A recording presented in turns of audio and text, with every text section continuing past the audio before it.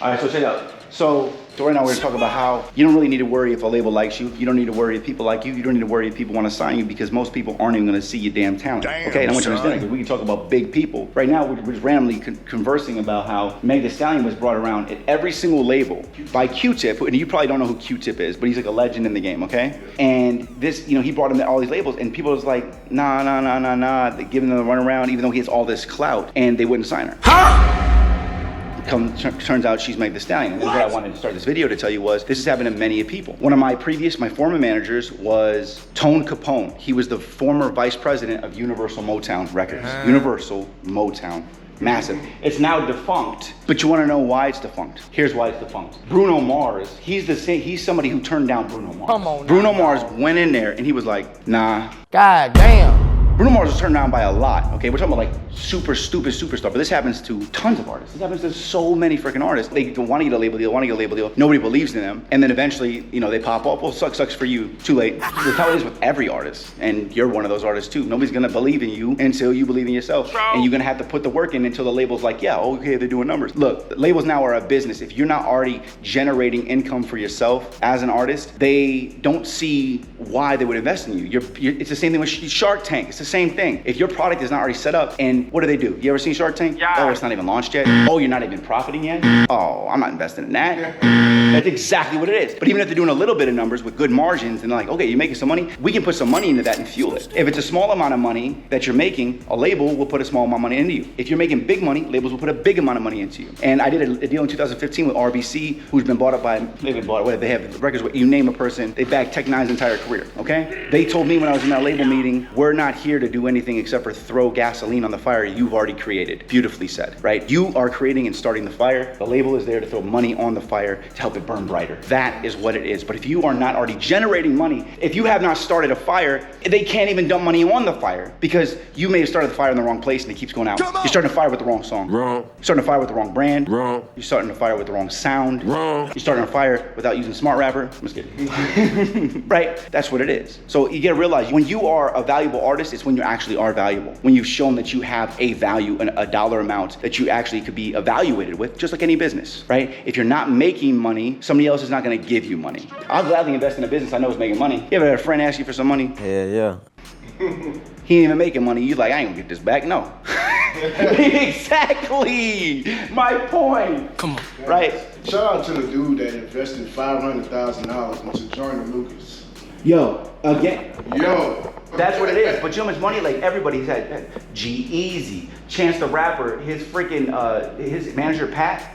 His dad was a freaking hedge fund manager. Yeah. You were talking about every artist, and don't let that detour you, but like a lot of these artists are only where they are, they obviously work their butt off, but people have invested in them. But you have to invest in yourself first and show that you're worth investing in. Then you find an investor if you need to, okay? Because it's like, what the label gonna do if you got somebody with money? Right. Well, you use the money that you get when you get to that point, you use the money from there to get to a point where you can show your value because you establish a fan base. Yes, sir. Then you can go with a label, but you already have some money in your pocket, so you can already leverage it. Yeah. Plus, if you sign on with somebody that gives you money, if somebody's gonna give you money, typically you're gonna want that person. And I actually say this in how to find investors in my masterclass. I say if you do find somebody who's an investor, you're gonna want them to want to be somebody who actually wants to be involved. You don't just want money, you want their business expertise. Business expertise can be swapped into any industry. That's why I've read over 600 books. I learned from these books, self-development, personal development, and guess what? I take those things and I put them into the music industry. I learned how to teach you guys and girls with that information. That's what makes me different. I'm bettering myself, and when I learn how to use it for the music industry, I teach you. Nobody else does that. They're just learning music industry stuff and teaching you. I'm actually an artist, I care, and I learn this stuff. And anybody who's gonna invest in you knows business. They can take their business skills and go, okay, cool, like this. Great example, Tech Nine. Travis, okay,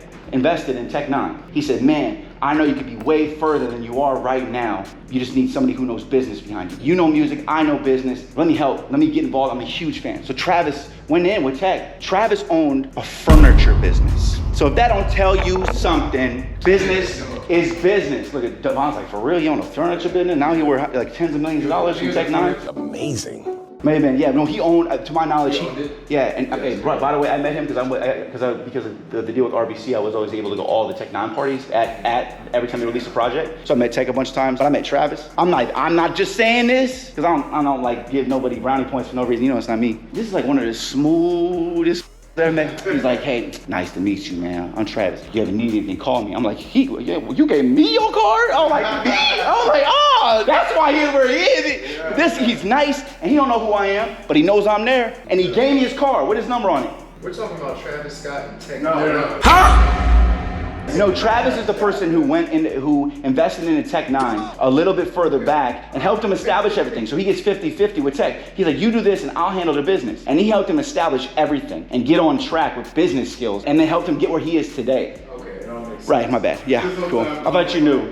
Let's clarify that. Earlier in the video, let's clarify it's Travis and show a picture of him. Yeah. Cool. No, real this Travis that I'm talking about, he is honed and perfected. And you could tell it's through training. Like, he's paid people to help him with his training, which I also want to do too. He has honed his tone of voice and his speech. He's had his speech training. You could just tell it's perfect. Unless you just naturally like that. You know what I'm saying? But this man, he was cool as hell. I mean, he gave me his car, like, just that little thing, right? But either way, like, business is business. Furniture, business, sales are sales. If you know how to sell, you know how to sell. If you know business, you know business. That's how it works, okay? So learn business. Learn the skills. You're gonna have to invest them into yourself. Or when the time comes and you get somebody who's an investor, you want that investor not to be some random person who doesn't know anything about music or no business skills. You want that, and typically if they have money, they generally will have some business skills. Get that person to want to be part of your journey, okay? And in my masterclass, I mean, I don't even sell it, it's only in the Rapper Shortcut, but I tell you how to find that person, I tell you the right person, I tell you all stuff like that. Not selling you one, I'm just saying, like, I can't even sell it because it's only in the shortcut, so later. All right, y'all, just want to share that with you. Get your business skills up. Don't feel down on yourself because other people made it and you didn't, because they had an advantage. But you can make that advantage for yourself if you understand the skills you need, the things you actually need, and then you go for them. A lot of you are just making music. You need more than that. Had a Rapper Shortcut call this morning for 3 hours, and when I explained it in a way that was like, when you don't want to be a rapper is the only time you get to make music for just fun, right? Like, where it's like, this is, I'm only doing music, I don't care about anything else, free as a bird making music. And obviously you still kind of do that, but as soon as the song's done, you gotta market it. That carefreeness goes away. You have to learn business. You have to, and there's so many resources out there. Whether it's my stuff, you Google stuff, there's 1,000 free videos on this channel. At the Rapper Shortcut, the first thing I do is teach you branding. Everything, guys. Everything, okay? Okay, anyway, all right, I'm gonna go get some other stuff done, all right? I'm Rob Level, this is Smart Rapper, keep hustling, gang, and I'll see you at the top. Did I get my money straight? Fill my grandma plate. Am I underpaid, deserving more breaks? Guilty. Did I break it up, cut and case the cuffs? Am I better now or because you in the dust? Guilty. Do I got a lot of regrets? Traded for the checks. Am I super stressed, thinking what's next? Guilty. Did I hit the lot, hit the mall, hit the shop, earn every single thing that I got? Guilty. Filthy.